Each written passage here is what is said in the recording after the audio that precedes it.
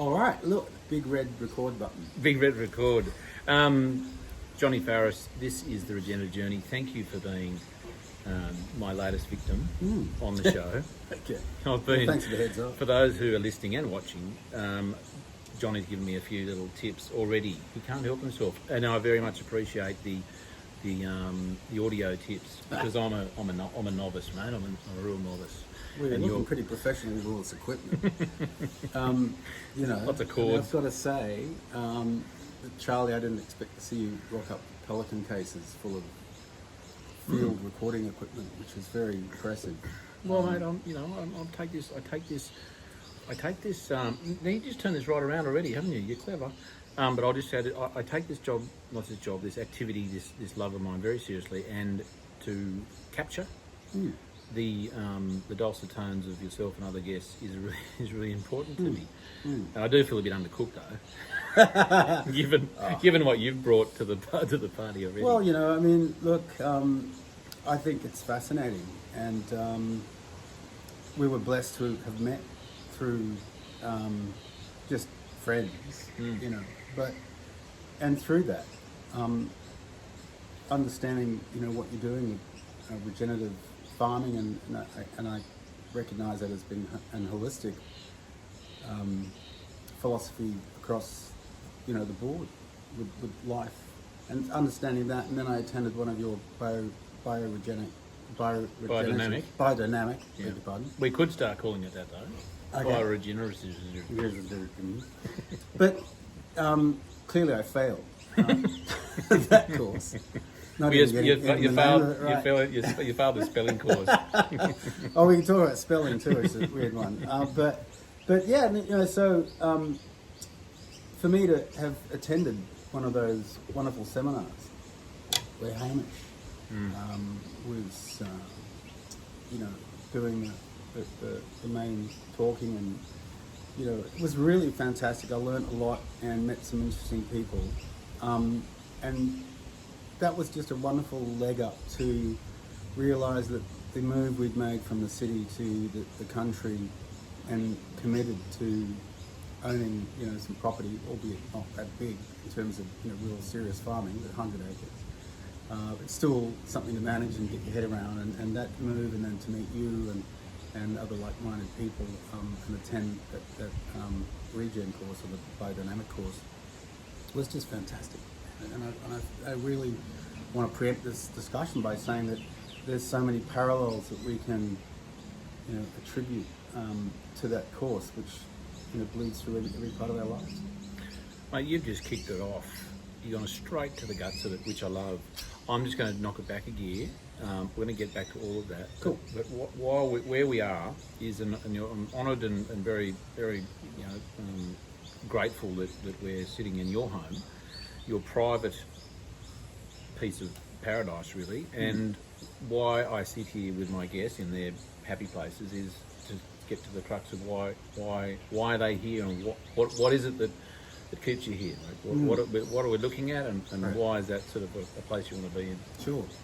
Well, just to give the listeners a little bit of a background of my life, I taught myself to play drums at a very young age. I had two older brothers who had learnt guitar and piano.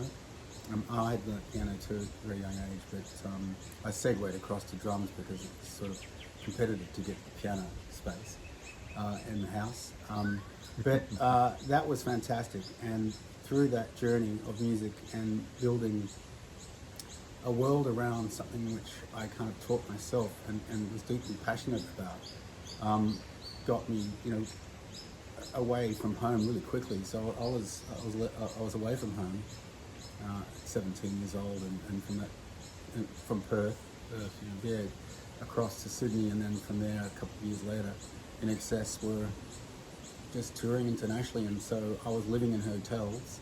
It was all very flash and glamorous, as flash and glamorous as that really can be, and it sounds like it's flash and glamorous, but actually isn't.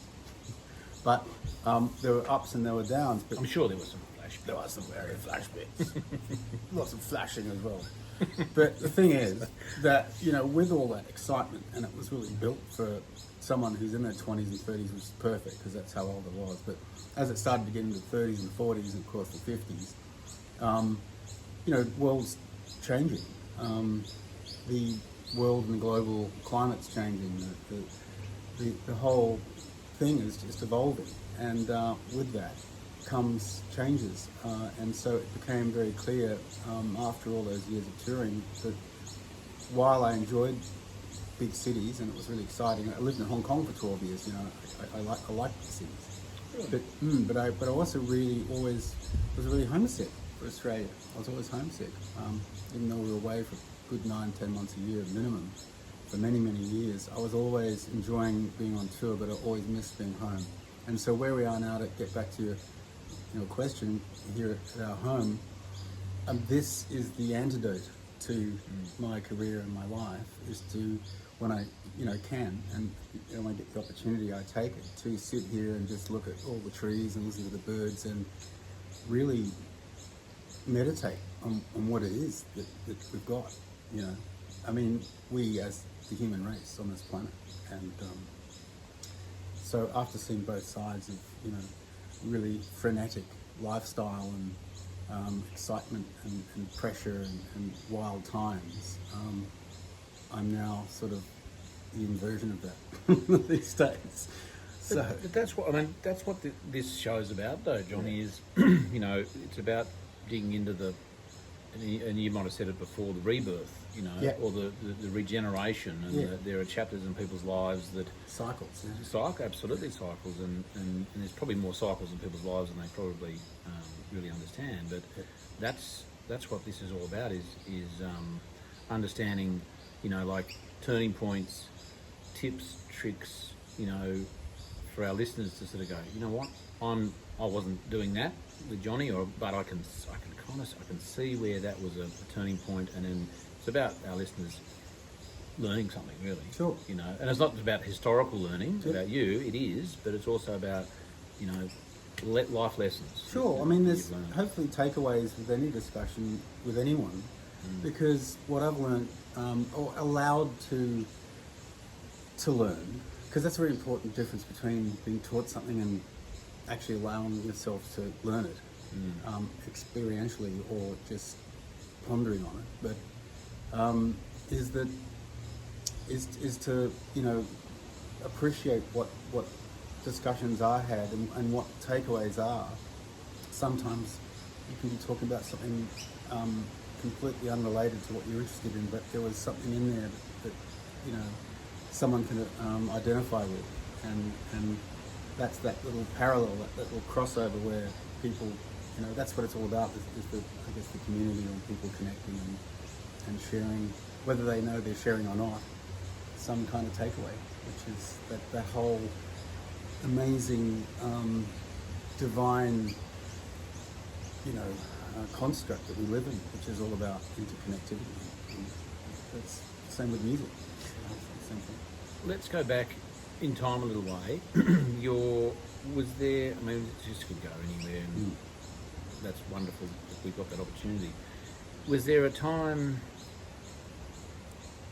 when that was, was there a time when that occurred to you, right? Because you're, you know, call it distraction, you're in rock and roll, you're in hotel rooms, you're performing, you're touring. You know, was there a point at which, was it a wake up in one morning moment? Was it a slow burn until you got to that point? Was there anything that sort of like pushed you over the edge and went, oh my God, you know, there's more to it than hotel rooms? Sure. Look, all of the above. I feel very blessed because since a very young age, I was always pondering things which I don't think the average kid was pondering. I mean, I just assumed that I was thinking just the way other people would think. And I guess what I'm saying is that I was quite an abstract, deep thinker, and would go very, very deep into my thoughts about anything that I experienced and how to file it, and how to process it. And along the way,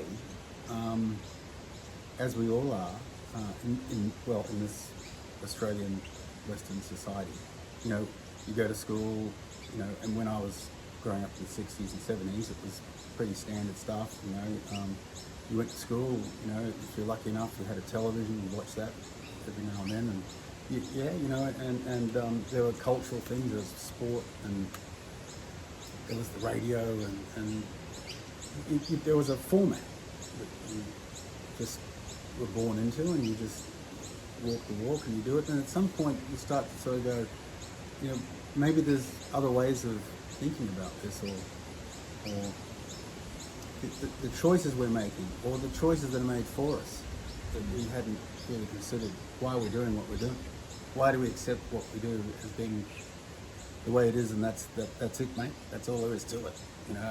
I was always kind of questioning that stuff, which led me to get interested in alternate philosophies, and I think through music especially, and teaching myself how to play instruments. Having that liberal way of thinking allowed me and gave me and helped me construct a headspace where I could think about whatever I wanted to without the feeling of shame or ridicule or guilt or judgment, and simply that was a place I could go and be creative, and that would just be a huge big cooking pot to ponder and think about things which I really believe most people really weren't thinking about at the time. So I could start to see very clearly early on that there was a difference between the career path I'd chosen, because it was simply a reflection of all the thoughts and the projections I had put in place that came to me because I put those projections in place. Not because I was told that if I do this course and I go to that school, and then I would get this job, and then that would be good for me, and then I'd climb this ladder, and then what? So on one hand, I felt like I was a complete outsider and outcast, and on the other side of things, I felt extremely blessed and liberated to know that it's okay to be comfortable having to not being completely secure all the time. It's okay to take risks and feel that maybe while it's a bit scary and wild, that anything could happen at any moment, which it did. I got very comfortable with that, and that was my safe space. Actually, was to be kind of in a wild and dangerous environment. Is that? Do you think that's the journey of the musician? Is that a sort of, with your colleagues, or just your sense of it? Is the expression of oneself in music? Is that just you, or is that just there's a bit of a theme? Right, your sure. band colleagues, your brothers, was it sort of, were they expressing these sort of things as well? I think some of us were, and look, it's like anything, people like to categorize and catalog and typecast and typeset everything into categories, and that's to say that even within the musician realm, there's a keyboard player, there's a bass player guy, there's a drummer guy, he's a drummer, or he's a singer, or she's a singer, or whatever. And there are those categorizations, and you can, pigeonhole all these things. And then it goes out to a broader, thing on the radar, which could be, what type of musician are you? Are you sort of just into the vanity of being on stage and throwing your hair around, which I've explored, and it's very fun, actually. But especially with a mullet. But An aggressive mullet. really, really good mullet. But also, recognizing that, you could be a musician, and that could just be enough for you, But for me, being a musician was it was all about the art, and the art was a way of expressing myself, and that ultimately was all I was doing, was really expressing myself and sharing that expression with other people. And then when we all synced up and got completely, in what we call in the pocket together, then that exponential leap into that experience of having a fine-tuned group of musicians who've just, practiced and performed so many times that it becomes its own a whole other power force. That when you enter into that realm, you go, whoa, okay, this is really different. You know, now we're really taking it to a whole new level. So you're in flow, as Adam Gibson would say. Okay, yeah. So flow. that especially when you're performing a piece of music that you're familiar with, or even if you're not familiar with it, you still get in the zone. I mean, what you do is you end up in a trance state. Actually, you come in a meditative state, and what's really interesting about that, and I'll just make mention to it because I am a drummer, and one of the crafts being a drummer is to keep tempo. Now, I was very, probably hard on myself because I would always hear fluctuations in tempos, and I was always a bit cross with myself that I wasn't In your tempo, in my your own playing. yeah, because I'm sort of holding that groove. Yeah. Just the band sort of playing around. And if I could feel that I was rushing a certain part or I was lagging a certain part, I'd get down on myself a bit and go, come on, tighten this up a bit. So, and that was around that time computer-generated drum machines were introduced to the market. And it was looked upon as being this big threat to musicians. And I thought, they're great, it's just another tool. You know, it sounds really cool, it's another texture.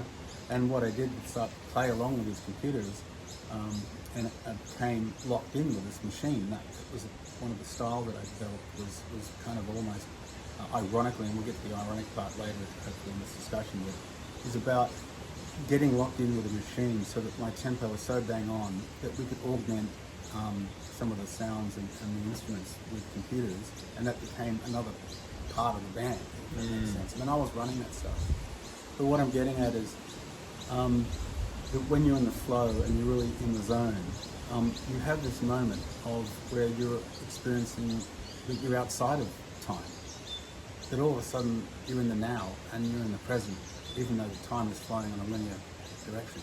You've actually suspended that limitation and you're actually in the moment. And that, I can say I've experienced that many, many, many times in front of thousands of people on a daily basis. And I'm just so lucky and gifted to know what that feels like. But I find it very difficult to do it in my normal, just day-to-day living. You know. And that's why I guess that there are meditation practices and there's disciplines that evolved over thousands of years to help people achieve that.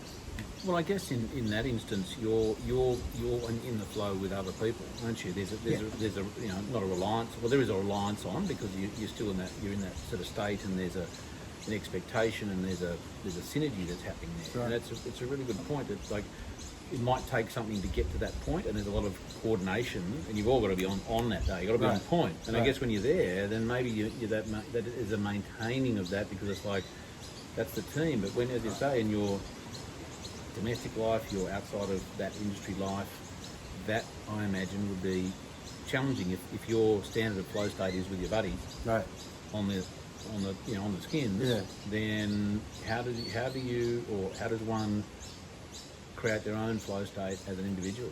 Right. Well, and of course, what you're saying is a really good point, and that is, that you're experiencing that. It's fellowship. You're experiencing it with other people, and not only are you, as a band or a group of musicians, doing that with the musicians, and that focus is suddenly all aligned, and so if there were 6 of us, and 6 guys equals 60,000. 1 plus 1 plus 1 plus 1 was whatever equals 6. It really is more than the sum of the individuals. It's exponential. So when you hit this sort of point where you're experiencing this incredible experience of being in the moment and having incredible focus, and you're observing it, so you're with 6 people on stage, totally being scrutinized, by thousands of people. You've got a crew each side of you, and obviously there's lots behind the scenes that are happening. So all that's functioning as well, and the audience is kind of in the zone with you at the same time. So there's this whole fellowship experience, this exchange of I would put it down to as key points, bullet points would be trust, acceptance, and being vulnerable. And those are really powerful elements, because when you're able to just trust everything's fine, that's when you're able to reach, you know, a greater state of awareness, because you're letting go. You know, you're not being confined by all the noise in your head that's chirping away at you, that gives you doubt, or that provides reasons for you not to be in that state. And you're doing that in front of Yeah, exactly. So you're a bit on show. Oh, absolutely. And look, I mean, while it can be, I've made references to, you know, tennis players, when you've got these amazing, incredible, talented tennis players, and there's, you know, one pitted against the other. Now, there's usually an outcome where someone wins and someone loses, but on stage, you know, you'd have to fluff pretty bad to lose, you know, because it's your show and they're your audience, so you've usually got to peg to your advantage, you know what I mean? Do you ever get booed off? Yes. Really? No, Maybe early years? Yeah, I think we did actually. Well, we got heckled. How rude. How rude. I remember we did a gig in New York or Long Island or somewhere early in our career. It was 1983 or something. It was 10,000 people, or maybe more. They were supporting the Kinks. Oh yeah. And I think they were kind of, you know, got back together for this tour, and we were just starting our, you know, big touring career, and we were perhaps a little unruly for that conservative audience, let's put it. We were probably, you know, they were elderly, like my age. But at the time, You're not elderly. Stop it. but at the time, back in the early 80s, you know, we came out, bombastic Australians, lots to prove, and you know, Michael would run out and try and excite the audience to sort of get them to stand up and wake up. You know. And then, yeah, we had for people that sort of went, oh, you guys, you suck. Get off, man, we want the Kinks. But I mean, that's about all I can remember, anything untoward like that. But what I'm getting at about on stage with an audience and being able to achieve a kind of a state of, an altered state, really. A heightened sense of awareness. You're fully doing what you're doing as a musician, so you're remembering all the arrangements, you're executing the parts, you're kind of also ad-libbing a little bit. You're in the moment because each audience is different, each venue is different, and every moment's different. So you're rolling with the punches, and sometimes you get, not sometimes, but it's all about curveballs. You know, you constantly get thrown a curveball, and then rolling with it, like it's not going to interrupt your state, your flow. So you tend to roll with those curveballs, and that becomes the show. And I guess that's that sense of unknown, or the sort of, this could go a bit pear-shaped, Right. but this is I'm up for the challenge. Exactly, and that's the point I'm coming into, is that razor's edge is where all the fun is. Because you're unbuckling your seatbelt, and you're going, and you're just walking into it and going, well, this is really awesome. You know, this isn't as scary as it appears. It's like anything. It's you know, if you're worrying about something, then you're spending a lot of time about an event that's on its way.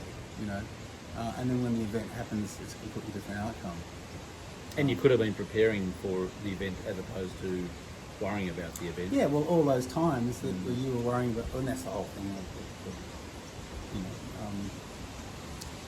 Philosophical mystics talk about is being in the moment. We were just talking about being in the moment, but you know, as they say, worrying works, because 99% of the time what you worry about doesn't happen. So, I'm just saying that you can create an outcome by worrying about it so much that you've actually drawn that outcome into your existence, because you've meditated on the worry more than the outcome you want. And to in the world of permaculture, Johnny, there's a phrase that probably, you know, life is it's called the edge effect. That, you know, on the edge of different zones in permaculture, you might have a forest zone and a cropping zone. Okay. You know, it's on that edge where diversity is Right, meets diversity. these two things, sort of Right. diverse entities themselves meet, and interesting, Crossover, yeah. interesting things happen. Yeah. And there's that phrase, if you're not living on the edge, you're taking up too much space. That's fascinating. I love it. That's awesome. And what a brilliant analogy, because if you look at, it's not a simple line, is it? I mean, it's not like a line you draw in there. There's a bio on that side, there's a bio on that side, there's a line, and nothing crosses over. Well, at the point you're talking about, that point of crossover, that's some magical stuff happening there. Well, that's like, six of you guys, 6 crossovers. I mean, more, because Right. there's always other interactions. More nodes, No wonder things cranked up. Just back to your early days. Was there a point at which you remember that you, as a support act, were bigger than the main act? Was it like- Plenty.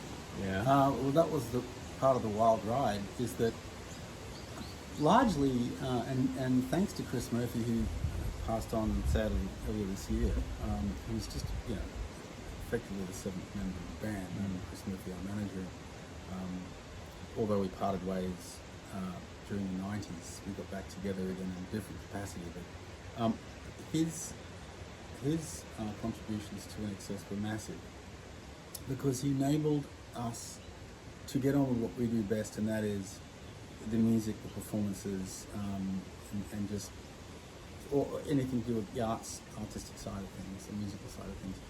What he enabled us to do was recognize, not to get hung up at all about status and what part of the bill you're on, and how big your name is on the poster. He says, you learnt early on to get the psychology right behind what. See, if you've already accepted that you're enjoying what you're doing and you love what it is, then there's no problem. And the minute that you allow that whatever happens is meant to be, then you've already won, because you're not hung up about that much.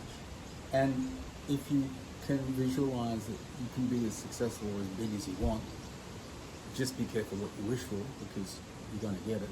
And is that what you want? I think that deep down we all knew that we had a good shot at this. So I'd already visualized and experienced it in a metaphysical sense way back. So I was already relaxed that wasn't an issue. So to get to your point, sometimes we would take a lower slot in an event for more tactical reasons,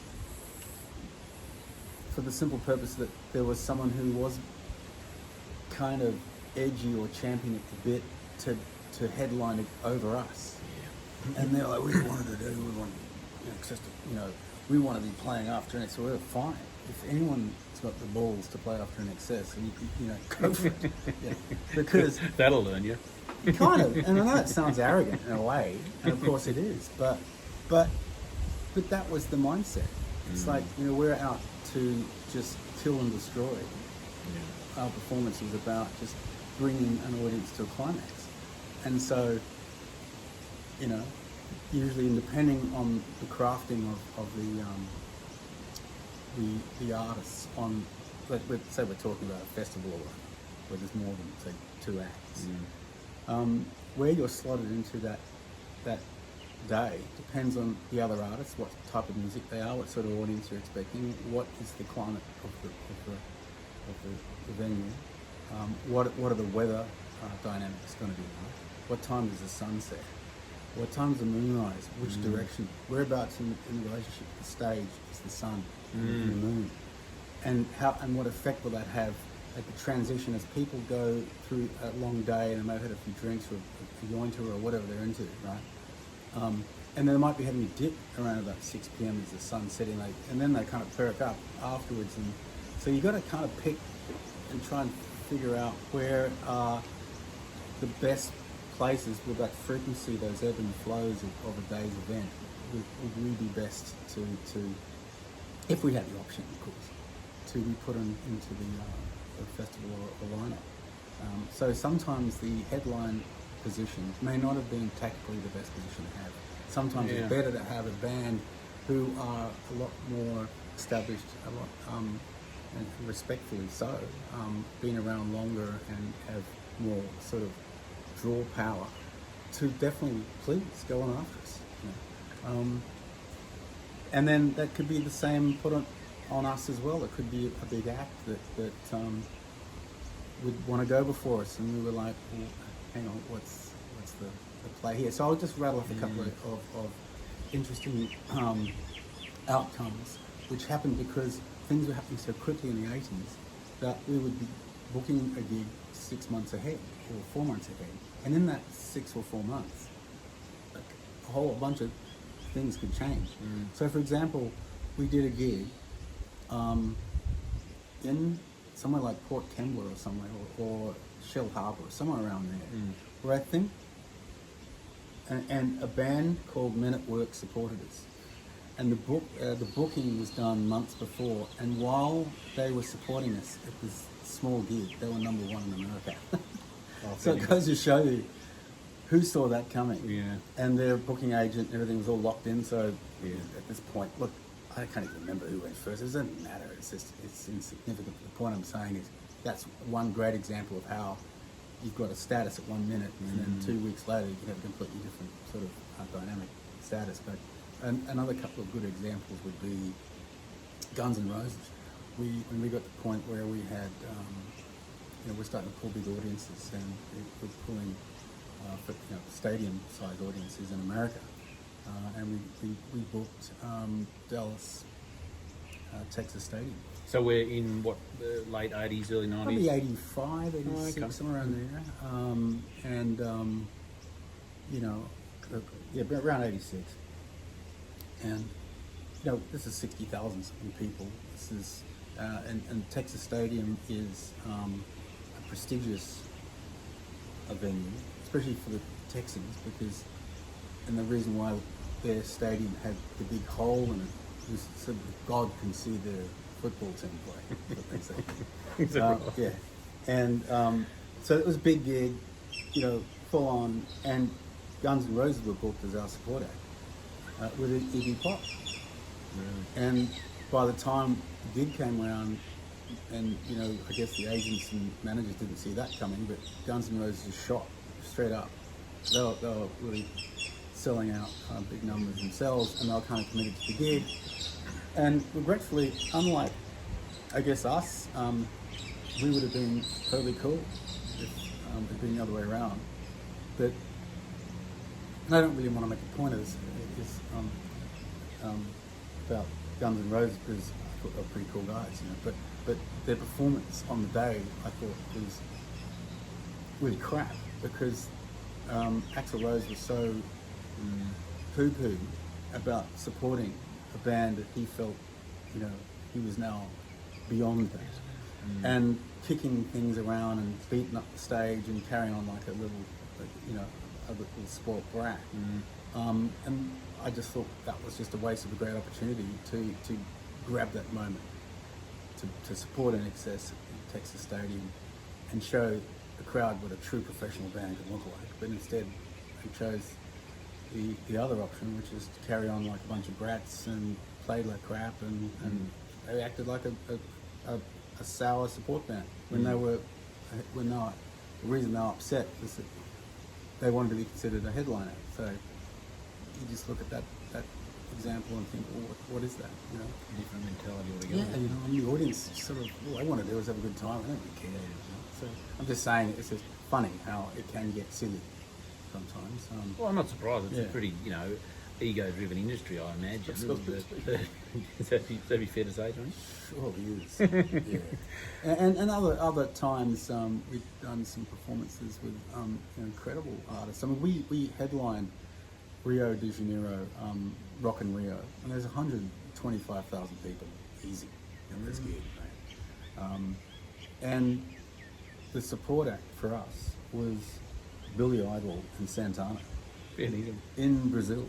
So you'd think Santana, being South American or Central American and having the Latin contingent, would have had priority.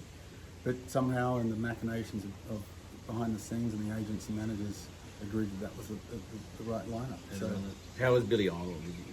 he's great. Is he nuts? Oh, yeah, I mean, as nutty as any of us. I didn't really hang out much with Billy. I remember seeing Billy when he was touring through Australia, and he was, his peak in the 80s. Yeah. And he was a good act. I mean, he had his act down, and he'd be out doing his curled lip, and his, that kind of sexy rock look, that if he did it now, I'd kind of look like he's had a stroke or something. And his peroxide hair. Yeah, but that was great. He was basically one of the few people that came out of the rock scene, the punk, the genuine punk, London punk scene that was associated, with the, as far as I'm aware, the Malcolm McLaren kind of Sex Pistols movement. He went mainstream, Yeah, kind of. Yeah, I mean, he popularised it. He got it and formatted it, and did well, and it made some great pop music. I want to get on a farm. You had another question about your time in the band. Was there? I mean, you had a role to play, keeping the tempo as a musician in that band with your instruments. Was there another role you played in that band that wasn't necessarily with the use of the instrument? Was there sort of a... Sure. Well, I mean, the band In Excess is a family, because there's three brothers. I'm the youngest out of the band and youngest out of the family of Farriss brothers. But we all had roles, I mean, everyone's role, even if being in the room and not having a role was a role, because your presence, as Carl Jung says, you can't sit and observe something without, affecting your surroundings. So we all had a role, regardless of what its title was or whatever. But we all had different things. Some of my talents outside of drumming were some songwriting skills, programming, computer sequencing. I got early on in the late 80s when personal computers were available. I got right into that and started to dabble with constructing, sequencing, and songs writing, and that helped me with production, and so I became kind of good at production, producing. But my passions were into the live production side of things as well. So I was really into sound and all the equipment, and really enjoyed the lights and the PA, and I got really close with the crew, and I was kind of almost like the liaison with the crew guys, and I was sort of and I always used to draw analogies, even though I had nothing to do with the military at any point in my life, except walk around with camo gear on when I'm on the farm. But the closest thing I've ever had to being Colonel? Barely, more like private. Is that we were a bit like a military operation, and that is that, you have a crew, you've got a support ground crew, you've got an advance team, you've got people who advance the show, and then you've got a crew who advance the production, and then the crew arrive, and then the band arrives, and then it's a whole operation. So I really enjoyed the logistics of that, and watching it when it was rehearsed and triple rehearsed and quadruply rehearsed. It was when you get that down to a fine-tuned system, and every person's involvement was important. So. I like the camaraderie of it. I really wasn't just the band and then the rest of us. It was all of us, all of us, including the audience. Every person involved who was there at some point in whatever capacity made it happen. That's the point, is that. And each one is so individual. Yeah. Each gig, each. Yeah. Yeah. So it was amazing to witness and be part of it and enjoy it, not only for all the wonderful, things that come along with it, the perks, but to be able to recognise that there's so much more to be grateful for everything that happened, just everything. Just the people who were there, the audiences were awesome, and it just brings the best out of people, and sometimes the worst. Yeah, I can imagine. We might have to have an adults only version of this interview for that part. Johnny, I want to start exploring more of your journey. We're on a farm, your farm, a beautiful, and that's 100 acres is a reasonably sized farm up here where we are. That's something to scoff at.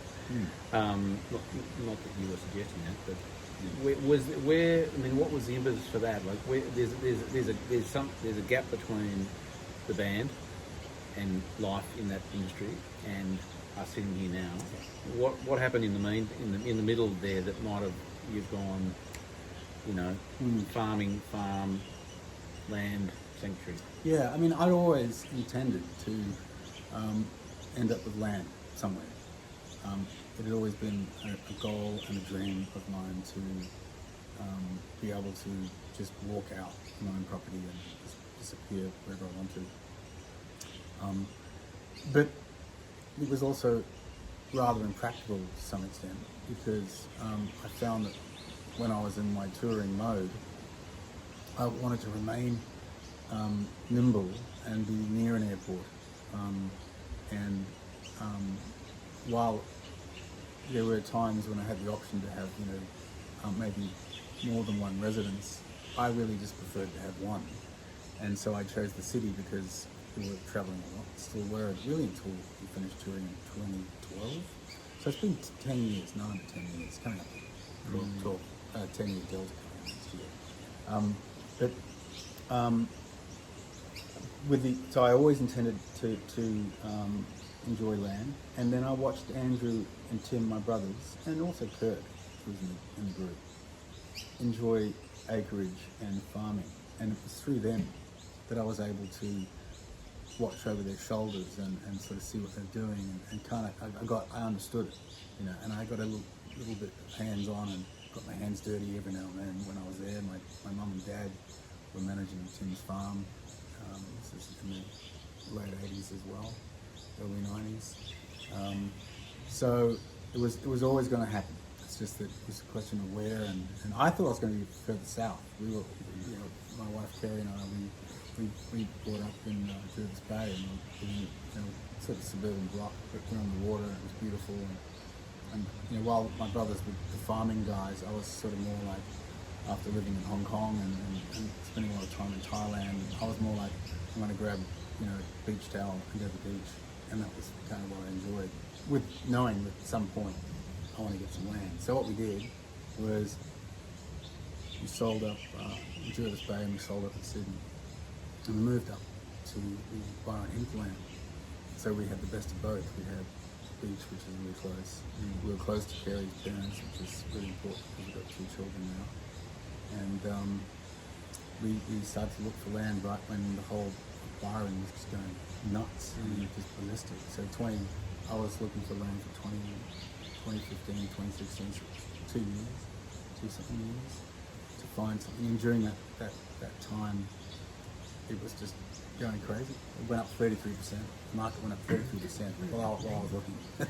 And that was 6 years ago. Yeah. And it must have come off the ball there for a while, didn't it?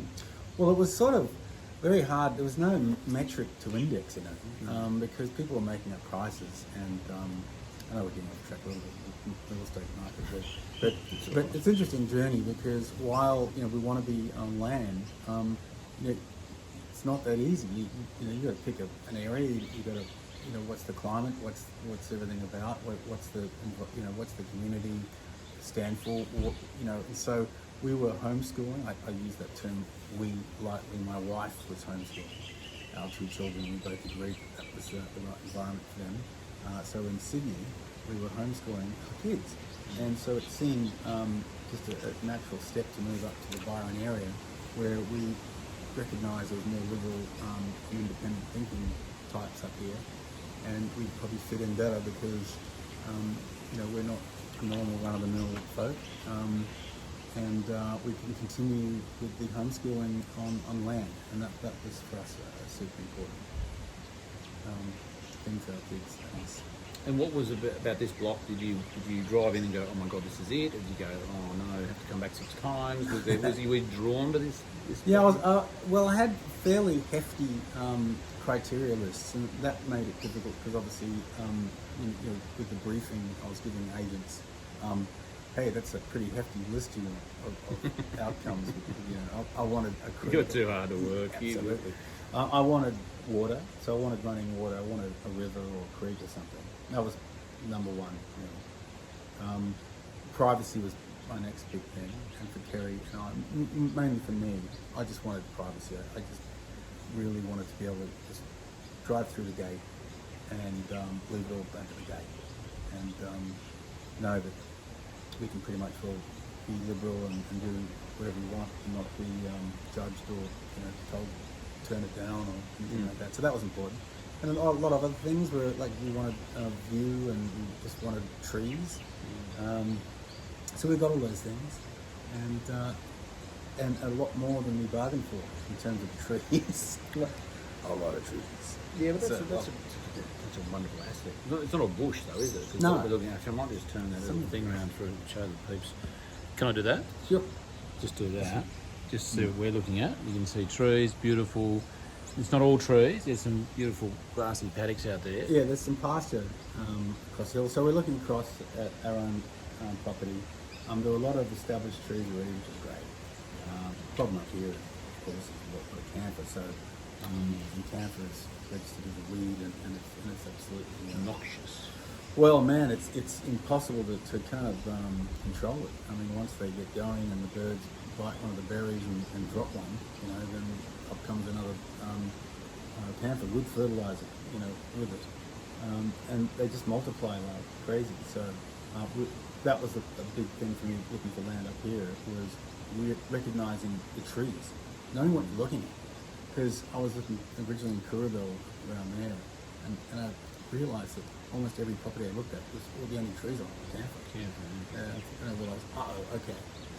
And then I could see that was a bit of an issue. So, anyway. And you've got some wonderful trees here, and you were showing off earlier about birds. You're a bit of a twitcher.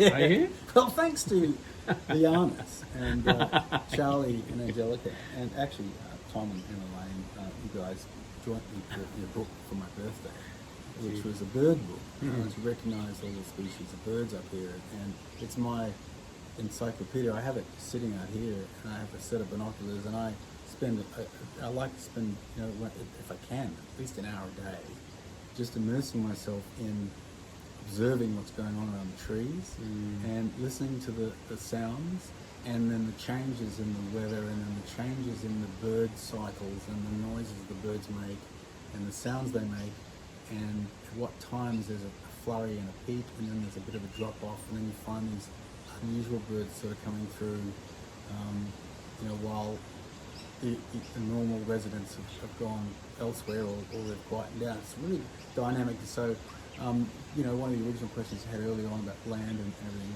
was I really wanted, after years of being in hotel rooms and airplanes and buses and cars and backstage waiting rooms and Confinement. just hours of waiting and having to psych yourself up to just remain focused, when things are being delayed or your 2-hour flight's delayed, and then you've got a gig and you're going to be late. All these sort of pressures. I really wanted to be around nature and to sort of just bathe the eyes in God's work. Just look at the divine stuff that we all take for granted, and you can just hear those birds now. I mean, just let it sink in how incredible God's technology is, and don't discount it for a second that it's incredibly advanced. And for me, being into sort of techie stuff and a bit of a nerd, I've really become extremely a lot more connected with nature because we're out here, and I think it's such a huge part of our existence, which has been purposely sort of stolen from our psyche through this brainwashing and this thought shaping which television does to everybody. And so being up here and just hearing that fluttering of the leaves in the background, that background noise also helps me because I've got tinnitus from here, damage from rock and roll music all my life. So all that sound helps dim. It's sort of overrides neutralises the a little bit of those peaking frequencies and up in the top end around that 4K. So because I'm so close to cymbals, hitting and the snare drum and all the equipment it really affected my hearing. So it would be very difficult to be in a quiet room because I just hear these these non-stop noises. But out here, it's just like it's bathing in God's glory. So you can hear a nice Hilux in the background. Which That's adding to glorious as well. It's adding to the white noise. Was that one of your on your list? The recitation. I need white noise. I need background. I need kind of. trees Sure. rustling. Well, trees are important. I just want trees. I love trees, and we always had. We're lucky to have a house with a tree on it. And it would be a tree or two trees, but when you've got hundreds and hundreds of them, and they're just wild, and it's not. This is not a plantation. It's not a macadamia farm. These are just. This is an old dairy farm with lots of beautiful old trees in it. You made a good point there, Johnny, about you're a techie guy, right? So techie is controlled. There's rhythm. There's sort of there's a control and a non-natural. I mean, there's a natural beat and a natural tempo, which is which is a kind of not dissimilar to some of the sounds and what's in nature. But for a guy with a tech head, right, from the city or from urban, non-country, to then step into this and appreciate so much the beauty of nature and to immerse yourself in it. I mean, was that a natural thing? Did you have to force yourself into it? Was it like, oh my God, I'm finally home? This is what I kind of have been missing for all these years? The latter. It had been to the point where I had started to get almost jumpy about just wanting to do it. And it happened naturally. I mean, we called it a day for touring with an excess. And the last show we did was on November the 12th. Actually, that's on as a Delta last week, isn't it? This week. Was it 20? November 12th, 2012, in Perth Entertainment Centre. That was the new entertainment centre, and Elton John played the first gig the night or 2 nights before, and we played the second one, and that was our last show. But who was remind who's the lead singer then? We had Kieran Gribben, and Yeah. Kieran and I have been working together on our own project called Jack Music, JAC, which is acronym for John and Kieran. Kieran's Irish and Kieran's got the C. So Kieran, came in for the last year and just helped us sort of fold the touring in a way that was, with some dignity and respect, and enabled us to perform, our repertoire with a musician singer, not a lead singer. He was a guy who had a guitar, and he was a great singer, and he was able to put his guitar down and try and do some lead singer moves and stuff, but effectively he's a musician as well, and that was very different. Have a guy at the vocal station with a guitar on. Yeah. And there were already 4 guitars, sometimes. Because I let me in. Yeah. So, which was good actually.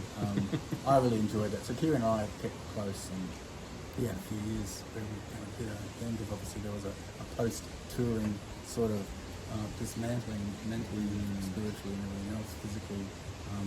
I also had real alcohol problem, and after years of touring and after Michael passed away and everything just got out of control, and so I was hitting the burns pretty badly. And At that 2011-12. 2008 was when I just pulled stumps and just I'm done with the birth of my daughter Ivani, and I just recognised that Done with the grog. Oh man, it was really brutal, and a really scary place to be. I was very close to death, and so recognised that that had run its course. It wasn't like I was enjoying beer. If I didn't have one, I'd go into kind of little, my body would shut down. So I was recognising if I didn't wake up and have a drink, I'd start to convulse. So at that point I was late 40s, and I just stopped immediately, and that was it. And I haven't done since, and don't miss it whatsoever. So that was really wonderful, having a wife who was extremely supportive, and gave me some incredible wiggle room to get around that. You've done well there, mate. Yeah, thanks. And Kerry. your Kerry is just absolute godsend, and so blessed.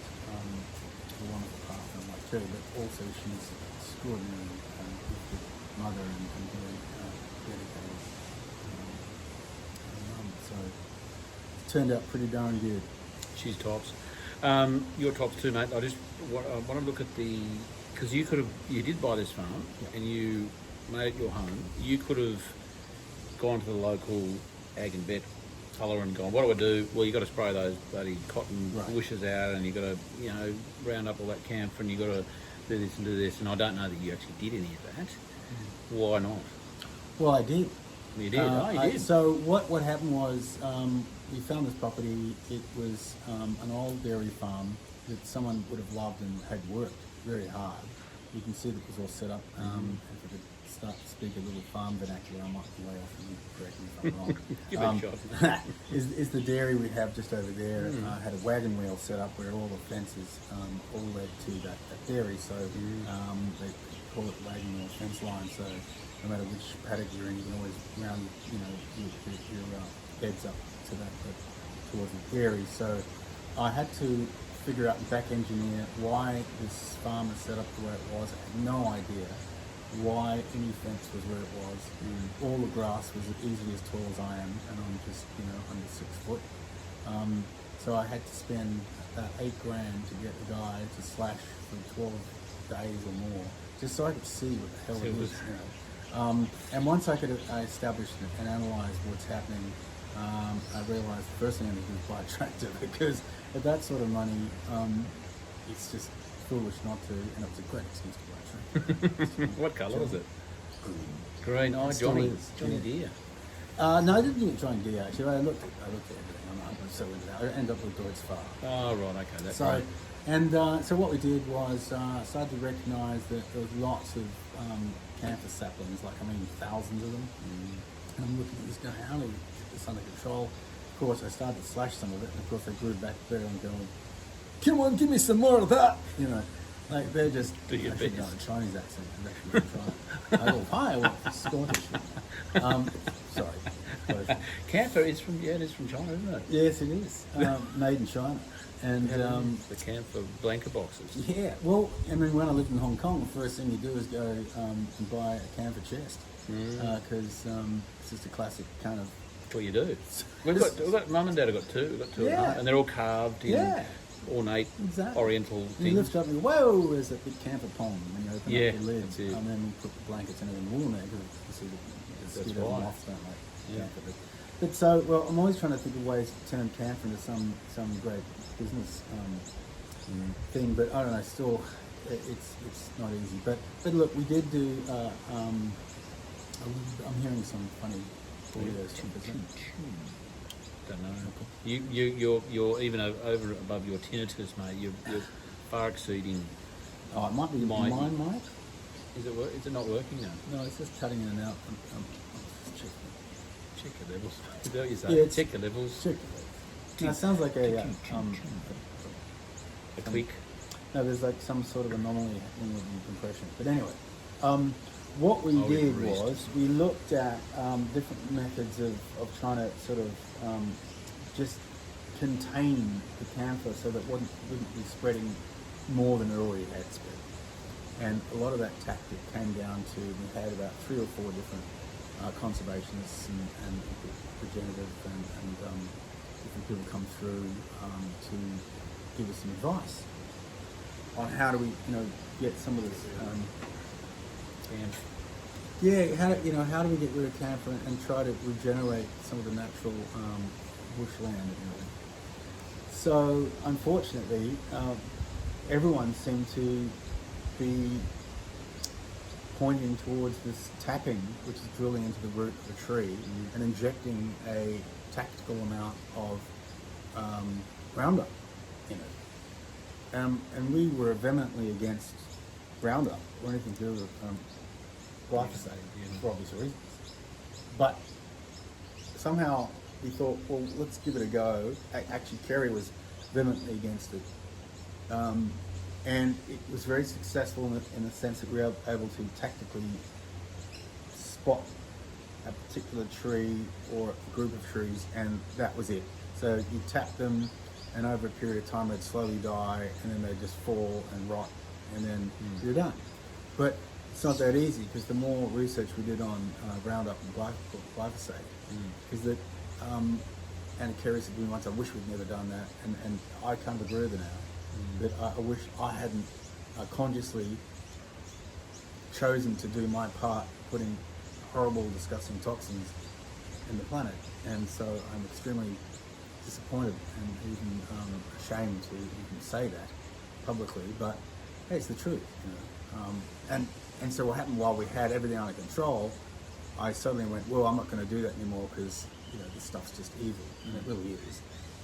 There's no other way that anyone seems to know about how to control camphor. So now I'm just looking over there and just seeing all these camphors sort of starting to grow. Are they starting to come back? Yeah, down over that hill down there. It's just, anyway. Well, the one trick is, and I'm no expert, one trick is if you're going to remove them, then one could replace them with something, because the camphors just go bare ground, I'm up again. Because I think they're introduced, and they thrived here as an introduced species, because when they were introduced, there was a lot of clearing going on. So a lot of the natural layers of vegetation, the understory, the mid-story, and overstory, that was removed at different stages. Yeah.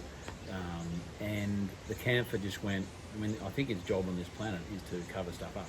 Yeah, right. And it's just gone bare ground, I'm gonna have a crack.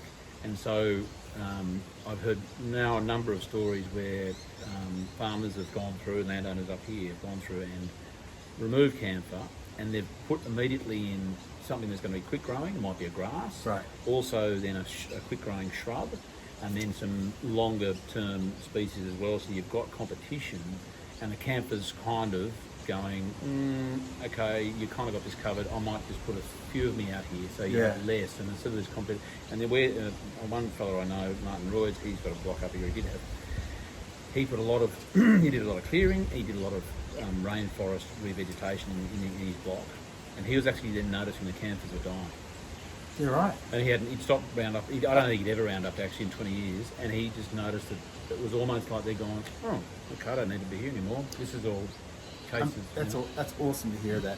And look, I welcome any sort of holistic wisdom. And again, just hearing you say that, I feel just terribly disappointed that we'd even used, even on a tactical level. I'm just talking, would have been this small little squirts here and there, but it's still a squirt is something I wish we hadn't done. But look, and also your question was about, you know, there's cottonweed, there's you know, Scottish thistle, you know, there's fireweed. I mean, there's all these different types of weeds. And I remember one of the first times you and I met, you came to have a look at the property, we drove around, and I was going, look at these weeds, and look at that thing there, and you know, that's got to go. And you're like, yeah, well, it depends on what you want. You know? And I'm kind of thinking, why is he being so sort of like, why is he coming out with these big, you know, bazooka and just like, nuking everything? And I realized that the mindset was part of the journey for me, was to understand that, hey, it's all an attitude, and it's a way that you look at things. This is what the takeaway I got from our first meeting was exactly what you said, as I can recall.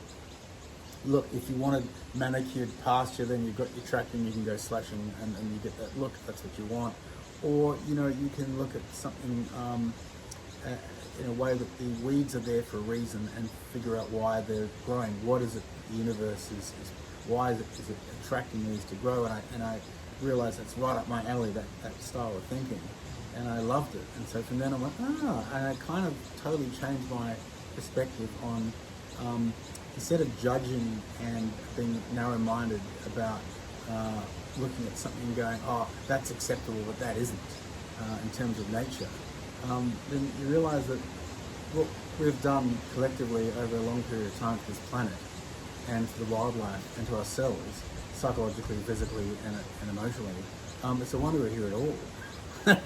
And on that basis, that we're lucky anything's growing as well, you know, and that just to maybe sit back and have a think about why it's doing what it's doing, why is that bird there, and why is that tree there, what made it grow, what helped it grow, and why is that one dying?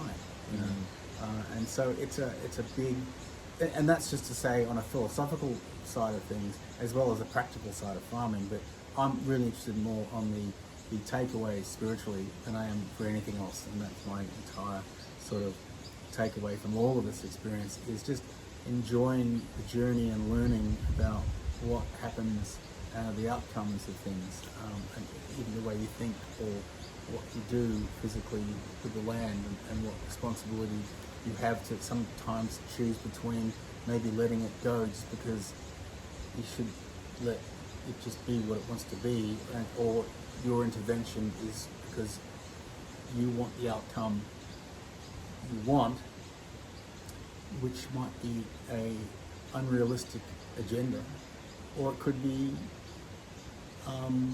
both. You know, and now I'm sort of integrating that my outcome should be that it should be pretty, functional, and harmonious and balanced. And while I know that it won't be, because we've got thousands of years of clearing up to do, that enjoying the balance and harmony that's present in this moment, because that's where we are, and that's how we adapt and overcome. It's a big paradigm shift, though, isn't it? It is, and it's wonderful. It's the best gift that we've ever given ourselves. And if I don't start the day thanking our divine Creator for this wonderful gift, then you know, I've got to remind myself to constantly check in all the time. I know when I drove in, I had a bit of a scan as a farmer. I can't. Angelica, she says I'm just decided. I spend more time with my head sideways driving than I do forward because I'm always checking out paddocks and farmers and machinery and sheds, and it's like I'm just fascinated with how it is. So I couldn't help it but get the crane my neck sideways, and it looks fantastic. Oh, you know, it's not like overrun with thistles or weeds or even with a sort of a critical, you know, objective mindset. You know, view. It looks fantastic. Well, Charlie, you taught me so much. I mean, one of the first things you did when we were driving around on the property was we looked at some thistle, we looked at some cottonweed, we were looking at some fireweed, and we were looking at some farmers' friends, and you said, look, you know, if I could try to paraphrase somehow, here we go, that whatever went on here before, that the ether, the atmosphere, the soil, health, and all of that holistically is drawing somehow the universe and the earth is expressing itself in the way that it needs to express itself. And so I look at those weeds now as more like an indicator than an enemy or a threat. You know, and I changed my perspective on looking at going, oh, that dang weed, you know, from being sort of, you know, almost embarrassed to have a paddock full of fireweed, going, you know what, it's okay, it's just fireweed. It's accumulating phosphorus. That's all right. That's good. Yeah, and so I kind of went, you know what, and then I'll let the paddocks just grow back, and I wasn't slashing. And I just let them grow, and let's get some animals back in there and habitat for birds. And so now I find as the years roll by, I just slash a few paddocks around near the homestead, and the rest of it just can be wild and crazy and do what it wants. You've got cattle on? Yeah. Yeah. But I pulled most of them off when we had the extended drought up here anyway, North Rivers. I mean, just normally just absolutely ridiculously green and lime green lush. We were going brown. I mean, we were crispy. We were walking on crispy paddocks, and it was like. Was that when was that last? It was end of 2018. Not so yeah. End of 2019 was when we first saw so that's rain. when it was widespread. And we had about sort of 25 to 30 head. Once I figured out the vernacular with what head means, as I just assumed we were talking about an animal, but of course it's cut up into more complexity than that. We would have had with the mums and the calves and the one bull probably up to just under 50. Yeah, right. It's fair. And then we took, which is probably about the max you could run on this small sized property. And then I just asked the guy who is agisting, and I chose to have someone to agist because I just didn't really want to worry about all that side of it after watching my brothers do it. I love cows, I love looking at them, I love eating them, but I just don't really want to have to be a cow roadie. So I just asked the guy who was agisting to kindly leave the smallest group of animals that they could sustain as a family and a tribe without it being too strange. And so I think we got it back down to about 9 or 10 or 12 mums, I think. So we're kind of up around the 18 now animal mark. Yeah. Like that. You could probably. And that's great. They pop in and out every now and then, and they come up trough and have a drink. And Do I love seeing them. Do you name them? Do you have a No, name? well, They made the that kids mistake. started, but No. I mean, I don't think they could recognise if 4 black cows. I think they're not into identification at this point. But we were naming when we first got here because it was novel. You know, with ducks in the pond and ducks in the dam, and there were wild animals, and we started to name them. But now we've got 2 little puppies, and that's changed everything. In particular, just around the house, because we get a lot of snakes up here, and that's something which was a bit of a wake up call for the kids. And Kerry was that we're now having to be snake savvy. You walk out of the house, you got to look around, you got to check where you're walking and what you're doing. And I spent a lot of my time through the farm and through the bush and trees, and I encountered a lot of snakes. But because we brought these 2 little puppies, suddenly it wasn't acceptable to have a little python or a big python around the garden. And I used to love pythons around the garden because one of them ended up in the jaws of I remember you one of the telling that puppies. story. Yeah, ended up. Well, But you saved. Johnny stepped in. I just wasn't even thinking. I had no shoes on, and I could hear this screaming outside. And I thought it was one of those screams where I thought one of the kids had died or something. It was absolutely horrible. And so I ran out and what? Kerry's screaming. I had no boots on or anything, and I'm checking, look around to see if my son had something happened to him, and he was standing there and he was screaming. And I'm like, okay, what is going on? And no one could sort of tell me. And then I noticed that one of the puppies was there. And I went, where's the other one? And then as I looked around, I could see in the garden there was this little sort of dog's butt and tail with this huge big snake wrapped around it as it was constricting the life out of this thing.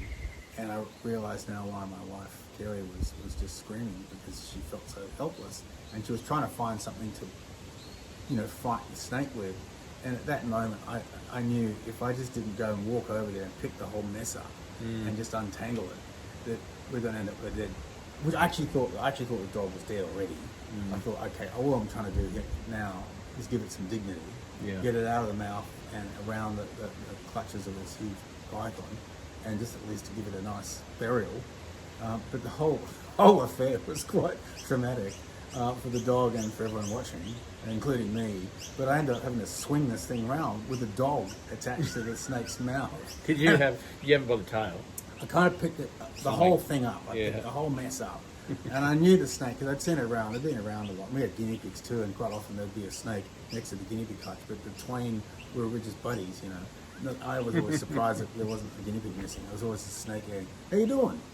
Hi, no, we're fine, it's all good. I'm thinking, this is a really, really out of character. Perfect place we're in. So anyway, I grabbed the snake and I started to try to untangle it. And I learnt really quickly how strong those things are, and how difficult it was to pry the rounds and the winding of the snake. So what I ended up doing was having to swing it round like a lasso and try and just have inertia untangle the snake away from the dog. So the dog was in the mouth of the snake. So like whipping it round. Then I started slamming it on the ground to try and get it. If the dog wasn't dead before. I'm thinking I'm going to kill it just by the sheer brutality that anyway, it's a total mess, you know. I had a knife on me, which I wasn't going to introduce into the fight, because what's the point? I mean, because once there was blood around, I mean, I wouldn't know whose blood it was, and it's going to be slippy and messy and horrible. So I just went, I'm just going to go in, I'm just going to unravel this thing, and slowly I got it to the point as I was swinging it around, I kept banging it down onto the grass, that the snake let go of the dog finally, and the dog flew about 10 meters over the trampoline, which I thought would have been perfect if the dog had landed on the trampoline and bounced off. Meant to do that. It was meant to do that. And it missed the trampoline by about 300 mil or something. And then the snake turned around and bit me on the hand, which was great, because then I knew then that the dog was off. Out of it. So as soon as I felt that shearing pain, I knew the dog was okay. Was it a hard? I've never been bitten by a Yeah, python. I was surprised. It hurt like shit.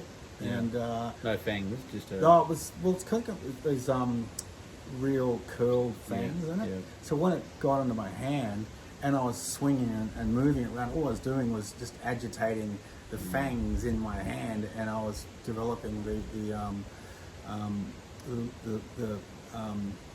lacerations, because it was all this kerfuffle. If I was just sort of, zenned out like a yogi, it would have been different, because there was this frenetic kind of trauma. I made it worse by mangling my hand inside this big snake, and it weighed a lot. And there was that moment when we had a fencing contractor down here doing some fencing, and he ran up, he heard all this screaming and noise, just at this moment where I'd just gotten the dog out of the python's face, and I had the python on the ground, and Kerry had taken the dog and was running up to nurse it, and I was standing here with the snake going, right, what are we going to do with you? And he came up and he goes, don't hurt the snake. and I kind of backhanded the snake like, well, there's one from me. And then I just took the snake and put it somewhere else. I didn't kill it. I didn't want to kill it, because I really like it. I think they're really cool. And so he was just getting a feed. it was just doing what it does, and the puppy was doing what a puppy does, and the puppy was just sniffing around and followed a trail. Next thing you know, it was in the clutches of it. So that's the type of experience that we're learning to as a normal everyday thing that happens around here is some wildlife interaction with our domestication. The trials and tribulations, mate. We could always pepper those snakes. You learned that. Yeah, I thought about that, and along the way, after some wisdom that was shared by you and Hamish about peppering, I've now got a very interesting freezer full of all sorts of things. Make sure that it doesn't get turned off. Okay. I know. Well, exactly. With all these power cut outages we get around here, I'm always thinking, with what is in that drawer over there, everything from some mangled brown snake I found somewhere to some rats and mice, and we're even thinking about doing it to cane toads, because now the puppies come outside and they go looking for these cane toads. They want anything that stinks and it's bad for them, then and poisonous. So cane toads are pretty bad stuff. Well, we can do that too. I did that video on it earlier this year, Okay. And did it last full moon. Actually, there was a full moon last night. Just last question on farming, and we'd probably better wrap that up. We've punched out an hour 17, Johnny. Oh, cool. Subtle energy It's stuff. good. Yeah, it's good stuff. I love it. Tell us about your, if you will, your experience with that. Well, while I'm, actively practicing my own version of, spiritual discipline, I'm not following any particular tenor of religion, so to speak. But I'm very spiritual, and where I've had a great deal of experience with subtle energies, with music, and interacting with people through the joy of and power of music, is that you tap into the subtle energies with that expression and that fellowship it brings. But subtle energies can work in so many realms, and it's because we're so disconnected to our own divine source that we look at even the discussion of subtle energies as some wacky out there kind of concept, when actually it's the opposite. The fact that we're so disconnected from subtle energies is a pure example of our how we've become wayward. We've lost our way because we've been tantalized and, in my view, you know, and bedazzled with all sorts of worldly distractions that we've got every excuse possible to us to explain why we're not focusing on subtle energies or even aware of them, when they are exactly the whole purpose of our being here, is what I believe. And so on that basis, I really love picking up on finer nuances of when I'm being spoken to by nature, or when there's a tap on the shoulder very, very subtly about a moment, or how I'm handling a situation with my children, which is usually quite badly, you know, just because there's so much baggage that we hold from generations and generations of dysfunction, that I'm just trying to pick up on recognizing those moments and going, okay, here's an opportunity for me to recognize it, change my course, or just be aware of it, even, you know. But look, I mean, I love nature. I just love hearing all these birds around me all the time, and just getting into that alone helps me connect with the divine creator and the divine source, which therefore everything starts to evolve around that. I mean, my farming choices, the day I might choose to go out and do something to the farm, it feels like the right day to do it. It feels like the right time, you know. And if my heart has the right intent, then I feel that there's going to be some synergy, and that's why I'm called to do it. And not be too hard on myself if I feel like maybe now's not the right time for that, even though I know it needs to be done, but I won't do it unless I feel like I'm in the right frame of mind to do it, if that makes sense. And that's a liberty, really.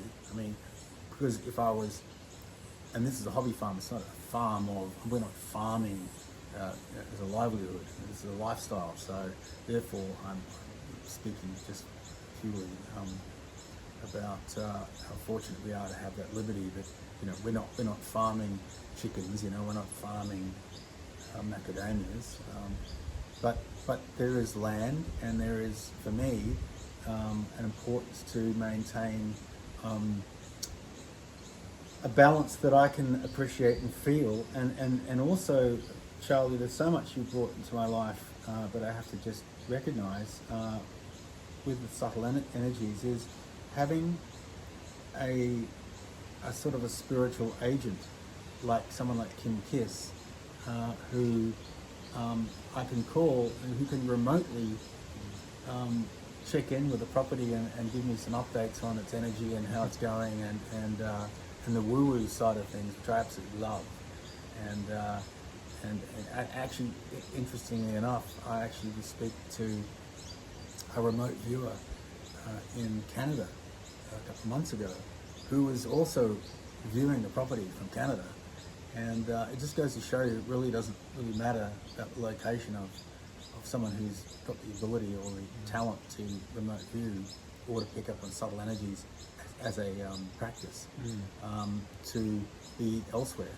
So, you know, although we flew Kim in to initiate the property when we finished building the house, and I wanted her to just do a clearing and have the family in a circle and do a little bit of not so much a ceremony, but just sit around and be grateful, and just have some affirmations and some intent to give gratitude to the land, and thanks to all the energies and all the spirits that live here, and past and present, and in the future, and also the indigenous background of what would have been going on here for thousands of years. And Which Kim would have tapped into. Exactly.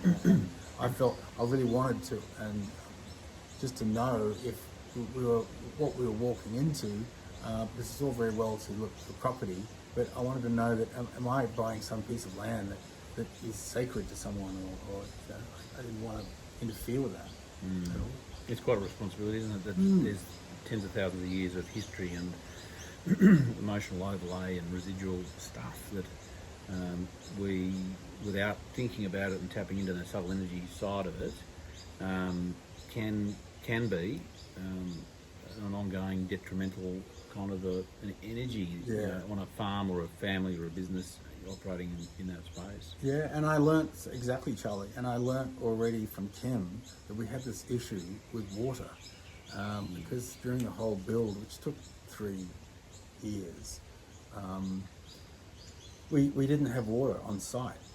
We had one IBC 1,000-litre tank on a trailer that I had custom built in Victoria with a Honda Davey fire pump, so that at least I had some way of handling fire, and we could deploy water around, and we were talking 1,000 litres that we just sucked from the dam with the Honda Davey pump, and that would be what we used for the building site, and I would have that deployed wherever it needed to be to tend to any burning off we were doing, or have it ready in case there was a fire, but just to have water to start to bring water to plants that we were, and trees and saplings that we were planting. And it took a long time to get water connected. I couldn't figure out what the hell was the problem. We had issues, and there was certain relationships which failed, and there was just this felt like pushing the proverbial up the hill. I couldn't figure out what is going on with the water. I don't understand it. And then Kim said, "Oh, you've got an issue with the water warrior."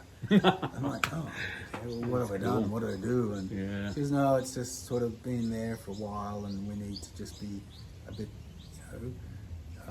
aware that it needs some finessing and to try to appease the water warrior," which interesting. Now I've learned what she was sort of saying on a more defined basis, because down there where the dam is, what I realised is that the spring had moved.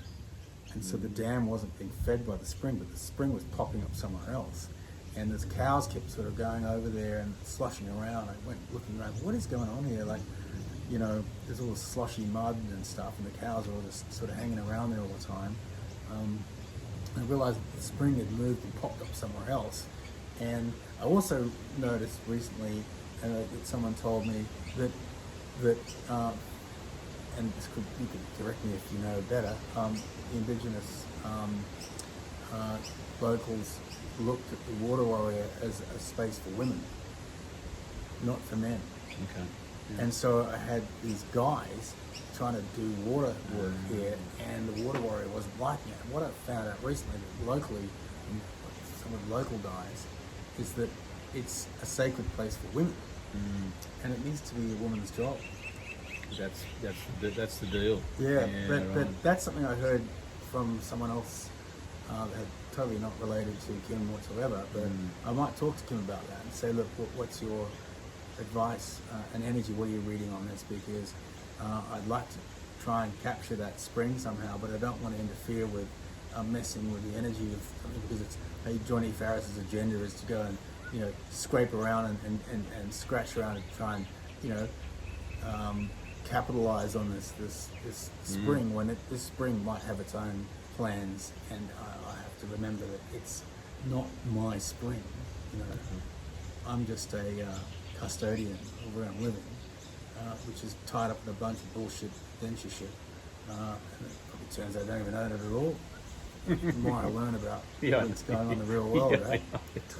That's another conversation. Exactly. So I'm just saying. And you're a man, so you're not allowed to do stuff with the water. I'm off the hook already. No, that's it. So, well, I mean, that makes sense. If Kim can do the negotiations and the conversations there as a woman on behalf of, then that may be the way. Well, maybe it is, and so I wanted to appease all the energies here, and I do often talk to all the energies on the property, and I'm always making myself known to the bird life and the ground life and the air and the ground, that we're blessed to be here, and thank you for having us. And we try to tread lightly, but we apologise for anything we've done which is untoward. It was done out of ignorance, and we try to learn the best we can and make up for our shortcomings by trying to be aware and conscious.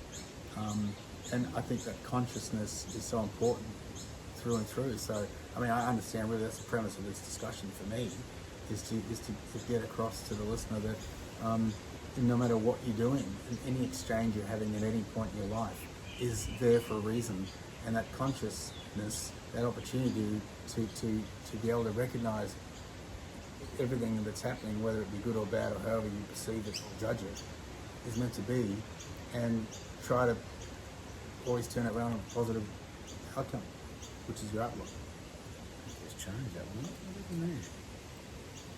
My thing just We lost it. I don't know what happened there. Really?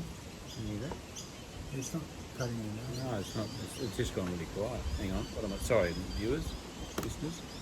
Oh, that's good. That's one. I've got to get this thing serviced, mate. That was profound, mate. That, and I think we leave it there because that's awesome. What I'm going to ask you to do, Johnny, is we'll finish this up, and I'm just going to hit you up for another 5 minutes, and it's just I do these rapid fire questions, Okay. and it's just quick, short, sharp. Sure. You can yes, no's or whatever, and we'll keep it brief. And those rapid fire questions and answers will be available to our Patreon members, who are our wonderful around the kitchen table crew, and they support the podcast every month, and we give them bonus content. Oh. So you're going to be Johnny. You're going to be the bonus content. Have you ever been bonus content before? I don't know. I'm sure at some capacity. At some party you were probably bonus I've content. been content with a bone and a bonus. So mate, we'll wrap it up there. For those who want to hear what John has to say later after this, then get on Patreon, get to my website, charliehart.com.au, and sign up and listen for more bonus content. Find out what John's bonus content looks like. Maybe I better have a look before anyone else does. Thanks everybody, mate. and thank you, Charlie. That was awesome. Thanks, mate.